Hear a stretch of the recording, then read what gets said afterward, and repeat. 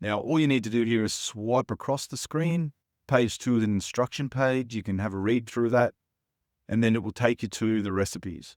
Now, you can download for meal plans, you can download the 7-day PDF by clicking on the meal plan button. Now, whether you can view the PDF will depend on your phone's capability of viewing PDFs, but generally just hit download and that will then download onto your screen. If you're doing this on a computer, you can save it then on the computer.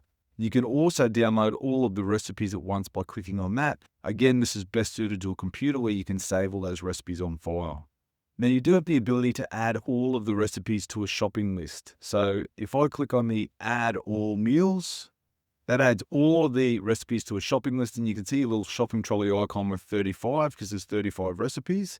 If I tap on that, I can then edit the shopping list. So I can delete foods I've already got or change quantities. And once I'm happy, I just hit the download list. That then downloads a shopping list all categorized, ready for me to go.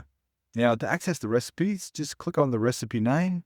And what I'm going to do is I'm going to remove that recipe from the shopping list. The reason I'm doing that is because you can actually customize a recipe or change the serve quantities, but you want to do that before you add it to the shopping list so that the accurate ingredients are being added to the shopping list. Now, you can scroll down. There's all the ingredients. There's a description, there's the method, and there's the nutrition information. You can customize the recipe by clicking the little customize button. That then allows you to either delete ingredients, or you can actually add your own ingredients if you wanted to do that.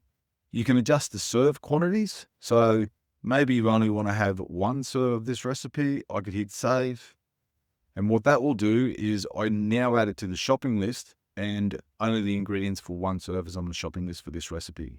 You can go back to the table of contents by just tapping on the table of contents button there, and that then allows you to go through and have a look at the entire week. If you've got any questions, as always, please reach out. Thanks.